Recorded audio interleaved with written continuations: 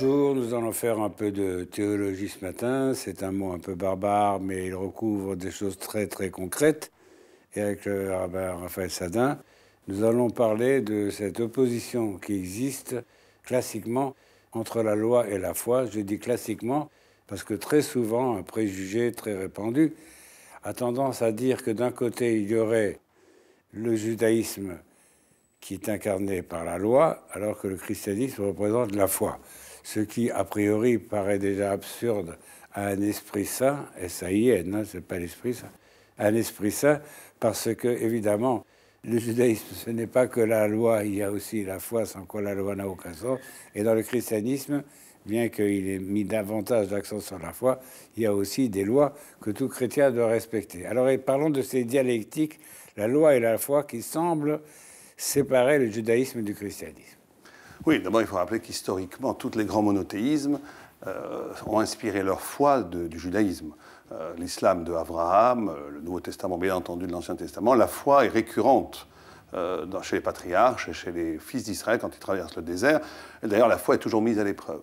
Donc l'injonction de croire, elle est fondamentale au judaïsme, mais elle est tout à fait différente dans sa nature de ce qui a pu apparaître dans d'autres religions monothéistes et même dans d'autres religions de façon générale. Attendez, vous dites l'injonction de croire. Je ne connais dans le judaïsme aucune injonction de croire. Je ne connais pas de texte où on dit « tu dois croire », parce que croire, ce n'est pas quelque chose qu'on peut imposer. Effectivement, dans le Talmud, on ne voit jamais d'injonction à croire, comme si c'était une évidence, ou comme si c'était quelque chose qui ne se discutait même pas. Ceci dit, Maïmonide, d'ailleurs, on lui a assez reproché dans ses 13 articles de la foi, pose comme capitale la nécessité pour chaque juif de croire à un certain nombre de choses, notamment à un Dieu unique, un Dieu créateur, un Dieu immatériel, à la qui a envoyé les prophètes, etc. Il y a 13 articles de foi. Vous dites que ça a été très discuté, parce que le judaïsme, c'est une religion de l'action, comme on dit de la praxis, c'est-à-dire vous devez observer les commandements. Et le problème de la pensée vient en second, je veux dire, ce que vous devez penser en observant les commandements, c'est important, c'est souvent même essentiel pour les chassidim ou pour la Kabbale. Il n'en reste pas moins que, d'abord, il faut obéir aux commandements. Après, vous pouvez poser des questions sur leur interprétation, etc. Donc, le judaïsme est souvent représenté comme agissez d'abord, observez la Torah. Mais il est évident que tout ça n'aurait aucun sens s'il n'y avait pas le substrat de la foi. Il y a un célèbre texte du Talmud qui montre qu'il y a eu diverses étapes dans les psaumes, dans la Torah, etc., jusqu'à ce que tous les commandements aient fini par reposer sur un seul commandement du prophète Habakkuk, le juste vivra par sa foi.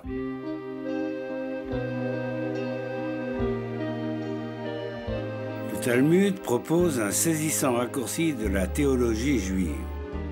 Dans un premier temps, le prophète Michée a ramené la Torah à 3 commandements.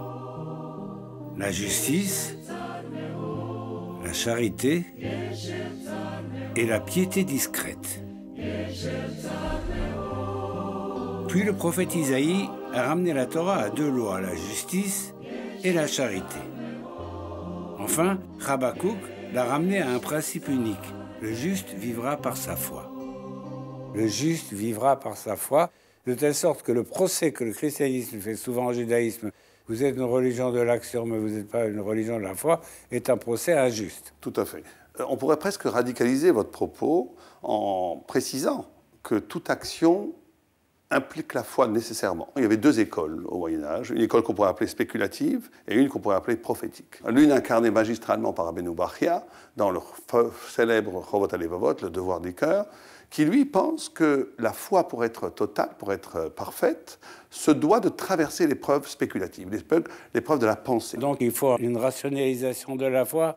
Il faut donner un contenu à la foi philosophique. Oui, la foi du charbonnier est à condamner. Il faut absolument que la personne pense jusqu'au bout les questions que l'existence peut susciter, peut mettre. Il faut qu'il traverse le doute. Il faut qu'il soit capable de penser jusqu'au bout l'existence pour arriver à une conclusion de clairvoyance à l'existence d'un Dieu. Il y a en gros dans les textes du Moyen-Âge 3 approches Pour prouver l'existence de Dieu, il y a ce qu'on appelle la preuve ontologique. Il est impossible que le monde existe sans cause. Donc il y a forcément une cause première. Chaque effet a une cause. La cause elle-même a une cause plus antérieure. Si on remonte à reculons, à rebours la chaîne, on arrive à un premier principe qui, lui, n'a pas de cause. Aristote appellera la cause première. La cause première. Et que nous appelons Dieu. Il y a une deuxième approche, très intéressante d'ailleurs, qui dit qu'il est impossible que le monde soit éternel dans le passé. Il y a forcément un commencement. Parce que si le monde était éternel dans le passé, il s'enduirait qu'il faudrait un temps infini avant que le présent puisse être vécu. Or, par définition, presque mathématiquement, il est impossible que le présent existe avec un temps infini avant. Donc, il y a eu un début. Oui, parce que si le monde était éternel, le monde serait Dieu. C'est-à-dire, on tomberait presque dans le panthéisme. Tout à fait. Le monde, c'est Dieu. Et aussi, si le monde était éternel dans le passé, il se trouverait que le présent serait impossible. Puisqu'il faudrait qu'une infinité de temps se passe avant que ce présent advienne. Or, l'infini est tout le temps indépassable. Donc, il y a, oui, un début. Autrement dit, au commencement, le premier mot de la Torah, c'est un texte révolutionnaire parce qu'il nous indique qu'il y a eu un commencement, avec évidemment toutes les implications de ce mot commencement, parce que qui dit commencement dit aussi fin, et par conséquent on peut se dire qu'à partir du moment où on ne parle qu'un commencement du monde, est impliquée la fin du monde. Tout à fait. Non seulement la fin du monde, et la notion de responsabilité. Oui. S'il y a un commencement, s'il y a une création, ça veut dire que le monde a un sens, qu'on attend quelque chose de la créature.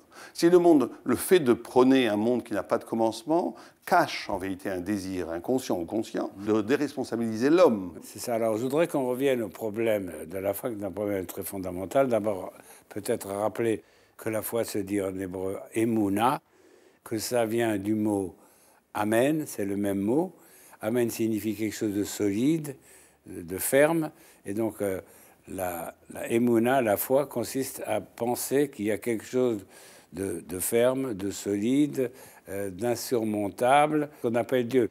Un des grands maîtres du chassidisme, le fils de Rabbi Shneur Zalman de Ladi, a dit que croire en Dieu n'était pas un acte de foi. C'est une pensée très originale parce qu'il dit Dieu, ce n'est pas un acte de foi, c'est une évidence.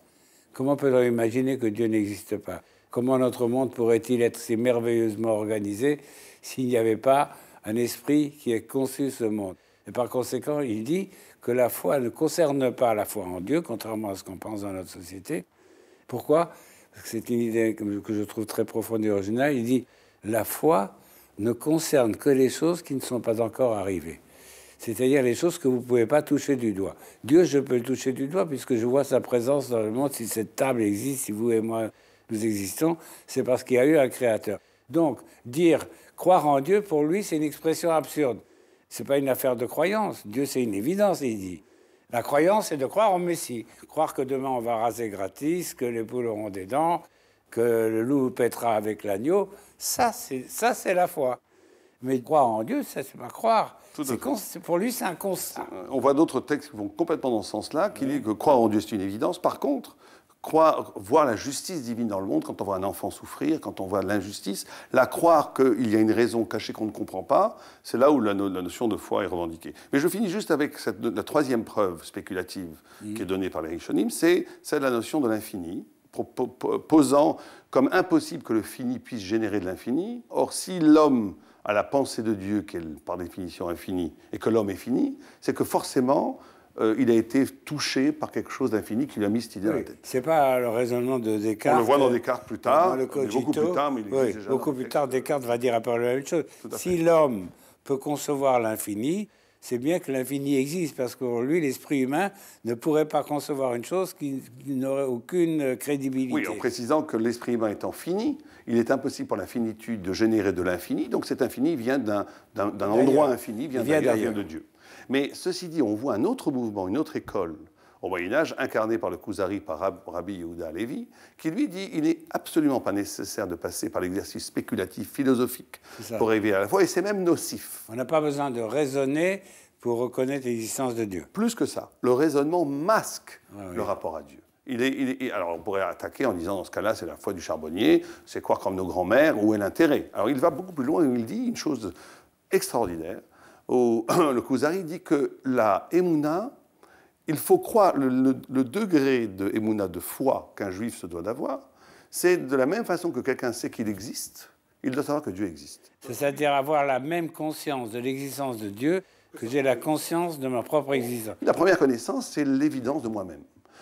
Moi-même, je n'ai pas besoin de spéculer pour savoir que j'existe. Oui, mais c'est Descartes, ça. Je pense, donc je suis. C'est aussi Descartes a repris, vous avez raison. Vous avez une évidence de soi-même. Voilà. Et c'est évident. Oui, mais ces textes datent de 3 ou 4 siècles avant Descartes. Ouais. Redonnons à César ce qu'est à César. Oui, ici, c'est plutôt je suis, donc je pense. Exactement, je suis, donc je pense. Et là, il va très loin, parce qu'il dit que tant que si on croit en Dieu parce qu'on prouve intellectuellement, on n'a pas fait l'injonction, la mitzvah de croire, parce que ça, c'est un raisonnement purement logique où je reste avec une sorte de distance avec Dieu.